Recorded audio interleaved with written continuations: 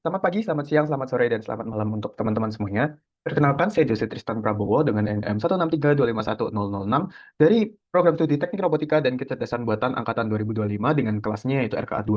Nah, pada hari ini saya akan memberikan deskripsi analisis mengenai laporan praktikum pengukuran dasar dengan topik praktikumnya yaitu pengukuran induktor yang saya dan teman-teman saya lakukan.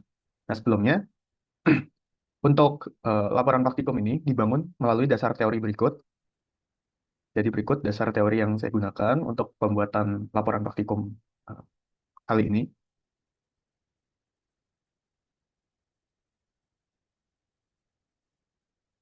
Dan nanti rumus yang akan kita gunakan itu eh, berasal dari persamaan 1.2 ini, teman-teman.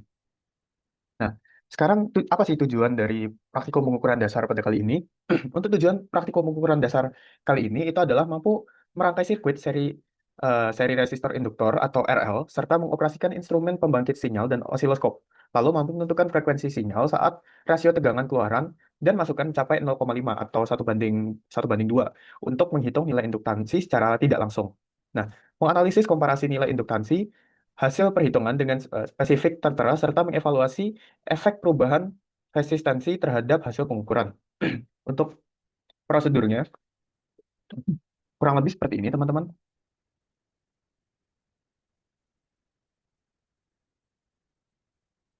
Nah, untuk data hasil percobaannya seperti ini, perlu diingat bahwa sebelumnya, untuk nilai induktansi terteranya itu bernilai 470 mikrohenry, teman-teman. Jadi, untuk nilai induktansinya sebenarnya dalam satuan mikrohenry, tapi karena untuk menyesuaikan dengan pengerjaan laporan praktikum pada kali ini, akhirnya saya ubah menjadi Henry, teman-teman. Saya bulatkan ke satuan resminya yaitu Henry gitu.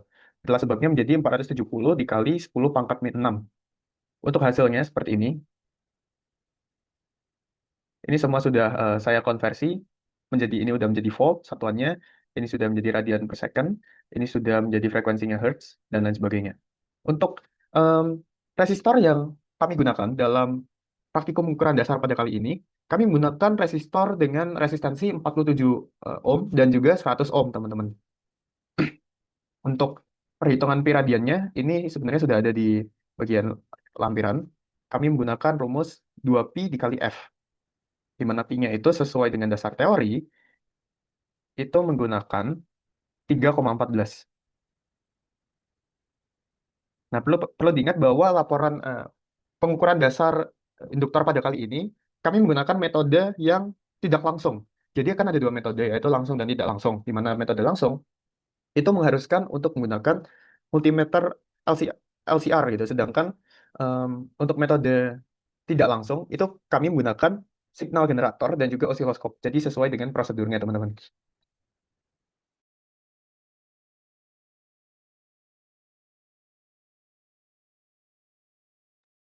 Nah, tanpa berlama-lama lagi, mending lebih baik kita akan langsung masuk ke analisisnya, teman-teman.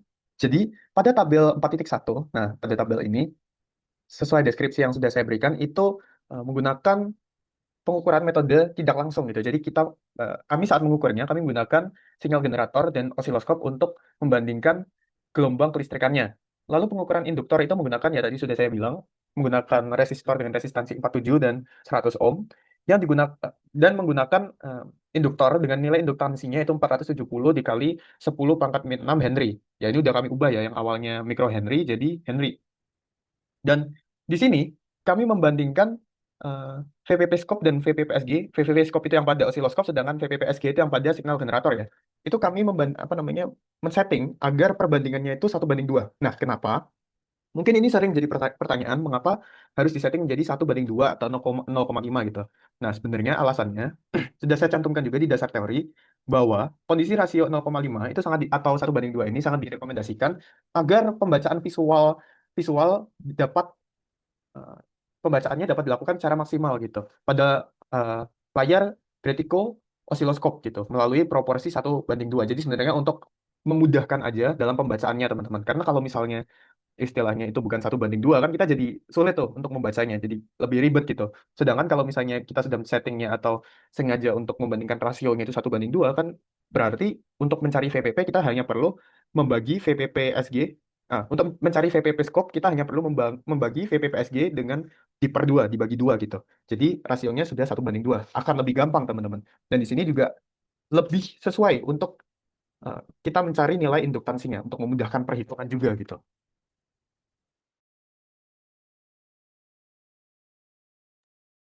Nah, untuk persamaannya, untuk kondisi kecepatan sudut atau omega, radian per secondnya ini, eh, seperti yang sudah saya bilang, tadi menggunakan rumus 2pi dikali F. Nah, seperti ini teman-teman. Dan untuk pi-nya itu 3,14. Lalu kita akan langsung saja masuk ke analisis 5.1 gitu, yaitu analisislah hasil yang didapatkan, hasil perhitungan induktansinya, dan perbandingan dengan nilai induktansi yang tercatat pada induktor gitu. Nah, jadi seperti yang sudah saya bilang, untuk perbandingan VPP scope atau VPP oscilloscope dan VPP SG atau VPP pada signal generator ini, perbandingannya itu 1:2 atau 0,5 gitu untuk memudahkan perhitungan tadi. Nah, pada resistor 47 ohm, nah ini pada tabel 4.1 ini, pada resistor 47 ohm itu didapatkan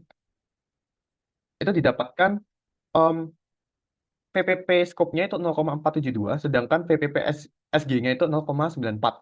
Nah, pada resistor 100 ohm itu didapatkan VPP scope-nya itu 0,49, sedangkan VPP SG-nya dia 0,98. Seperti itu, teman-teman. Nah, untuk menghitung nilai induktansinya, jadi kan untuk nilai induktansinya ada yang tercatat pada alatnya dan ada yang sedang kita cari nih. Untuk menghitung nilai induktansi atau L-nya, kita menggunakan rumus yang ada pada persamaan 1.2 pada dasar teori ini, teman-teman. Jadi, kita menggunakan rumus yang ini. Nah, tapi dikarenakan 2pi dikali F-nya kita udah ketemu, jadi untuk omeganya atau kecepatan sudutnya kita sudah ketemu, itulah sebabnya kita hanya menggunakan ini saja. Jadi tidak usah dikali lagi kayak 2pi dikali F. Kita cukup menggunakan 3 dikali omega saja, teman-teman. Nah, maka didapatkan rumus yang seperti ini. Jadi ini adalah rumus yang akan kita gunakan untuk mencari induktansi pada resistor 47 ohm dan resistor 100 ohm. Nah, pada resistor 47 ohm, perhitungan induktansinya itu seperti berikut, teman-teman. Jadi ini saya masukkan aja R ini karena ini resistansi atau resistor, saya masukkan 47 ohm dikali akar 3 per 3 dikali 376.800 atau 376.800 gitu, sesuai dengan yang ini ya, perhitungan saya sebelumnya. Nah, setelah kita masukkan dan saya lakukan perhitungan, maka kita akan mendapatkan hasilnya yaitu 72 kali 10 pangkat min 6 Henry. Nah, jadi untuk nilai induktansi pada resistor 47 ohm itu adalah 72 kali 10 pangkat min 6 Henry. Nah, bagaimana dengan yang 100 ohm? Nah, kita hitung yang 100 ohm, nilai R-nya adalah 100 karena 100 ohm, dikali akar 3 per 3 dikali 464.720. Sesuai juga dengan yang ada di tabel ini.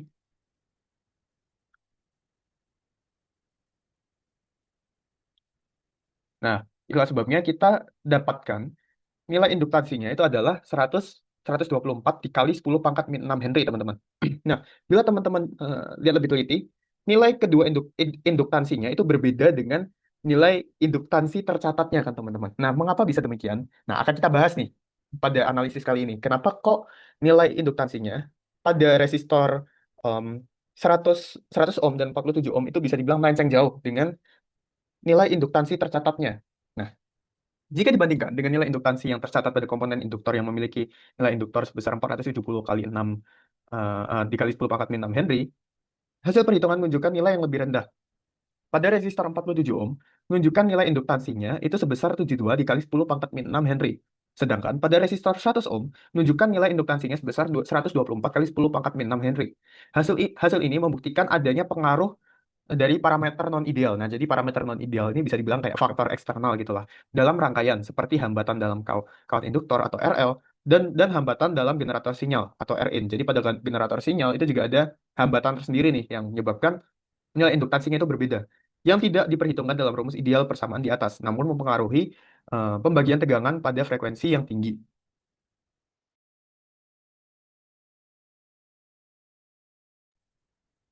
Sekarang kita akan lihat perbandingan antara perbedaan nilai induktansi terhitung. Jadi yang tadi ini L pada resistor 47 ohm dan L pada resistor 100 ohm dengan ketika resistensinya diganti gitu. Nah, jadi setelah sebelumnya kita membahas untuk mencari nilai resistensi keduanya ini, nilai induktansi keduanya melalui perhitungan rumus dan juga membandingkan dengan nilai induktansi yang tercatat yaitu 470 kali 10 pangkat min 6. Nah, di sini kita juga akan melihat perbandingannya gitu. Perbandingan apabila resistensinya itu atau R-nya diganti gitu. Jadi dalam konteks ini tuh maksudnya ketika 47 ohm diubah ke 100 ohm itu tadi untuk resistensinya, itu itu apakah ada perubahan? Yang jelas kita tahu ada perubahan gitu, tapi apa korelasinya teman-teman? Nah, di sini saya juga sudah membuatkan tabel perhitungan galatnya gitu. Bisa kita lihat galatnya yang 47 ohm itu bisa sampai 84,68%, sedangkan galatnya untuk yang 100 ohm itu 73,62%. Nah, apa sih korelasinya gitu? Nah, berdasarkan hasil dari praktikum pengukuran dasar yang telah dilakukan, terdapat perbedaan nilai induktansi terhitung yang mencakup eh, yang cukup signifikan ketika resistensi diganti. Saat menggunakan resistensi 47 ohm, nilai induktansi terhitung adalah 72 kali 10 pangkat min 6 Henry dengan tingkat galat absolut yang sangat tinggi yaitu sampai 84,68 terhadap nilai nominal referensinya gitu, yaitu 470 kali 10 pangkat min 6 Henry itu tadi. Nah, sedangkan pada 100 ohm, dia galat absolutnya itu mengecil teman-teman, jika dibandingkan dengan yang sebelumnya, yaitu bisa mencapai 73,62% gitu. Secara konsep dasar fisika, induktansi merupakan properti intrinsik sebuah komponen, nilainya, dan nilainya konstan, atau tidak terpengaruh oleh resistor eksternal gitu. Jadi sebenarnya kalau dalam konsep fisika dasarnya ini, pada rumus idealnya ini, ada rumus atasnya ini yang kita hitung tadi, sebenarnya induktansi itu tidak terpengaruh oleh resistensi eksternal. Jadi sebenarnya tidak terpengaruh nih dengan apa namanya yang ideal itu sebenarnya nggak terpengaruh dengan RL dan Rin itu tadi. Nah, tetapi kenapa dapat demikian? Perbedaan eh, nilai hasil perhitungan ini secara tegas membuktikan adanya kelemahan pada metode pengukuran tidak langsung yang digunakan. Kelemahan tersebut muncul karena persamaan matematis yang dipakai mengasumsikan kondisi rangkaian ideal tanpa memperhitungkan impedansi instrumen penguji. Nah, jadi ini yang menjadi kelemahan dari pengukuran tidak langsung menggunakan osiloskop dan signal generator ini karena sebenarnya ada impedansi atau induktansi eksternal yang dapat eh, mengganggu gitu perhitungan dari induktansi eh, induktornya gitu. Penyebab utama dari tingginya persentase galat dan penyimpangan hasil matematis tersebut adalah keberadaan hambatan dalam dari signal generator saat pengujian menggunakan resistor 47 ohm. Hambatan dalam alat ukur tersebut sangat mendominasi dan mendistorsi total resistensi rangkaian, sehingga induktansi terhitung meleset cukup jauh dengan galat yang tadi itu lebih dari 80% atau secara spesifiknya 84,68% tadi itu teman-teman. Sebaliknya, ketika resistor diganti dengan nilai yang lebih besar yaitu 100 ohm, rasio pengaruh hambatan dalam instrumen terhadap hambatan eksternal mulai menurun. Ya, itu tadi, yang awalnya 84,68% itu menjadi 73,62%. Nah, akibatnya terbukti secara kuantitatif bahwa nilai garat perhitungan berkembang dari 84,68% jadi 73,62%. Dan hasil induktansi bergeser naik mendekati nilai nominal aslinya gitu. Jadi semakin tinggi ya, resistensinya, karena galatnya dia semakin turun, eh, perhitungan induktansinya itu secara akurasi itu bergeser istilahnya lebih naik gitu. Naik mendekati lebih presisi, mendekati aslinya. Fenomena ini memberikan kesimpulan bahwa akurasi pengukuran dengan metode pembagi tegangan sangat bergantung pada pemilihan resistor yang tepat agar dominasi hambatan dalam sumber sinyal dapat diminimalisir. Hal ini juga membuktikan terdapat kekurangan dalam metode pengukuran tidak langsung dengan osiloskop. Jadi walaupun osiloskop itu bisa dibilang canggih untuk mengukur kayak frekuensi dan lain sebagainya dengan arus listrik dengan frekuensi yang tinggi, tapi pengukuran seperti induktansi itu terbukti osiloskop ini memiliki kelemahan nih dalam melakukan pengukuran induktansi itu tadi.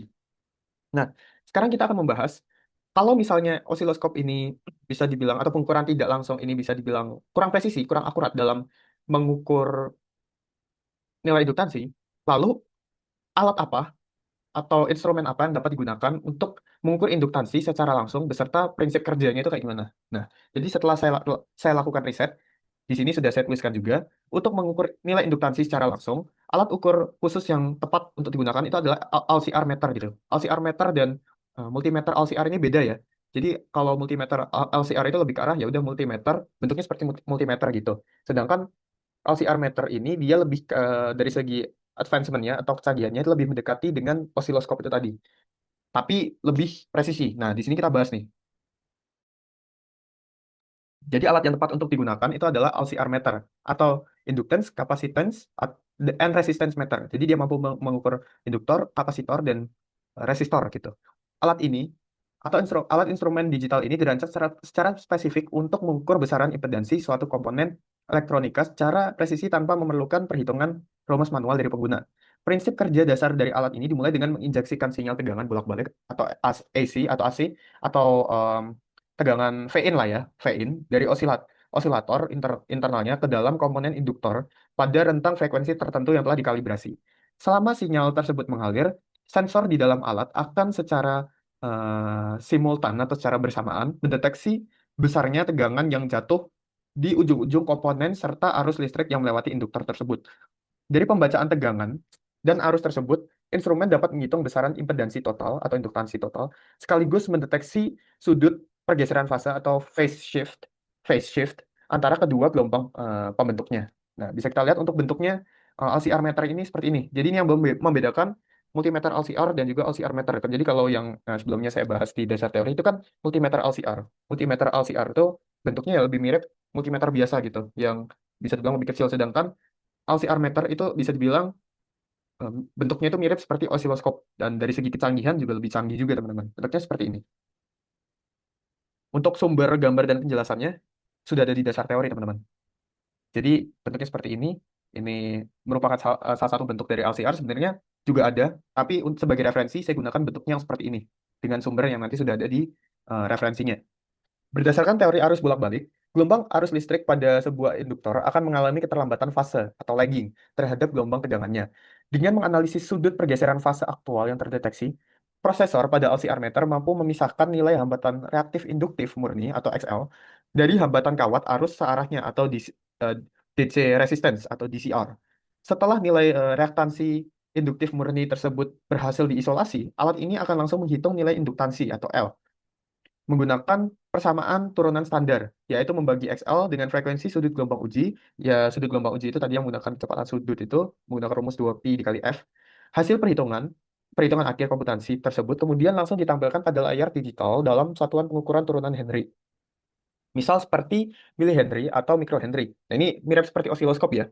Penggunaan alat ukur langsung Penggunaan alat ukur langsung ini sangat efisien dan komprehensif karena dapat secara otomatis mengeliminasi potensi galat akibat hambatan dalam atau internal resistance. Nah, ini juga yang membedakan dengan osiloskop ya. Kalau osiloskop tadi dia nggak bisa mengeliminasi hambatan dalam atau faktor eksternal lainnya, sedangkan pada LCR meter ini dia mampu mengeliminasi atau mengabaikan internal resistance-nya. Jadi bisa dibilang rumusnya itu untuk perhitungannya lebih ideal gitu.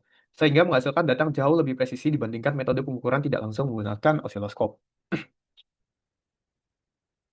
Nah, dari praktikum di atas dapat disimpulkan bahwa untuk menentukan suatu tegangan VPP scope dan VPPSG untuk mengukur induktansi, itu yang pertama-tama kita lakukan adalah membuat agar pengukurannya itu perbandingannya 1:2 atau 0,5. Ya, karena untuk memudahkan pembacaan visual pada layar grad, eh, gradico osiloskop gitu. Jadi untuk memudahkan pembacaan.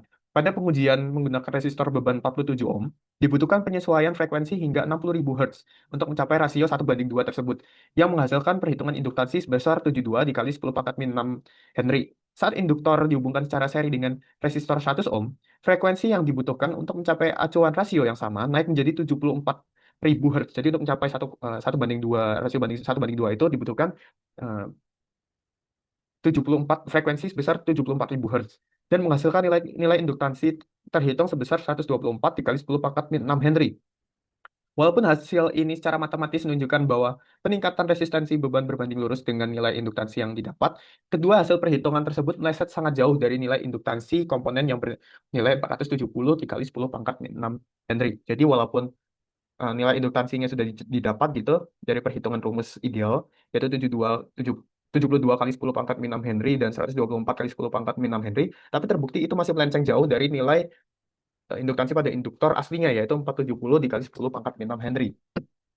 Tingginya tingkat penyimpangan dan pada pengukuran tersebut yakni mencapai galat absolut 84,68% pada resistor 47 ohm dan 73,62% pada resistor 100 ohm. Secara empiris membuktikan adanya limitasi atau hambatan pada metode pembagi tegangan frekuensi tinggi yang mengasumsikan kondisi komponen ideal gitu. Jadi karena di sini istilahnya diasumsikan komponennya ideal atau udah nggak ada faktor lain atau hambatan internal dan lain sebagainya, atau sebabnya ini yang menyebabkan galatnya justru malah tinggi karena nggak memperhitungkan faktor tersebut. Tingginya galat ini disebabkan oleh pengabaian parameter hambatan dalam atau internal resistance dari instrumen generator sinyal atau signal generator yang mendistorsi total resisten rangkaian secara signifikan, terutama saat dipasangkan resistor beban bernilai relatif kecil. Sebagai kesimpulan akhir, metode pengukuran tidak langsung menggunakan osiloskop kurang akurat untuk sirkuit praktis karena terdapat beberapa faktor parameter non-ideal atau faktor eksternal yang menyebabkan galat yang cukup besar. Sehingga instrumen LCR meter dengan pengukuran langsung itu menjadi alat ukur yang mutlak dan wajib digunakan untuk menganalisis komponen secara langsung karena kemampuannya dalam mengeliminasi parameter non-ideal dan membaca impedansi secara presisi, gitu, teman-teman. Untuk referensi yang saya gunakan, kurang lebih ada 23 referensi. Dan ini ya untuk sumber sumber dari LCR meternya sebenarnya banyak. Tidak hanya model yang saya gunakan ini, tapi saya gunakan model yang bisa dibilang umum saja, teman-teman. Ya, kurang lebih yang seperti ini. Saya gunakan model yang umum yang seperti ini bentuknya. Untuk lampirannya, teman-teman, untuk lampirannya, ini foto di mana saya dan teman-teman saya melakukan proses praktikum. Untuk alat ukur yang digunakannya, ini bintang utamanya yaitu induktor. Karena kita menggunakan pengukuran secara tidak langsung, kita menggunakan signal generator dan juga osiloskop digital, kita juga ada breadboard. Kalau ini untuk resistor yang digunakan, itu menggunakan resistor 47 ohm dan 100 ohm, ada perbedaan ukuran dan warna gelang. Kalau ada probe yang ditempelkan nanti di resistor dan juga induktornya, dan juga ada kabel BNC to BNC dan BNCT. Untuk lampiran rincian perhitungannya seperti ini teman-teman, saya menggunakan platform spreadsheet atau Excel. Nah, untuk perhitungan kecepatan sudutnya, ini saya gunakan rumus 2 dikali Pi dikali F. Lalu untuk VPP-nya, ini karena awalnya masih milivolt, di sini saya ubah ke volt. Nah, untuk perhitungan pada kalkulator saintifik ini sebenarnya menunjukkan perhitungan dari ini teman-teman, perhitungan nilai induktansinya. Jadi untuk rincian perhitungan pada lampiran kali ini sekaligus menutup untuk pembahasan deskripsi mengenai laporan praktikum pengukuran menggunakan induktor pada kali ini, teman-teman. Sekali lagi, saya Jose Ristan Prabowo. Mohon maaf jika ada kesalahan. Terima kasih.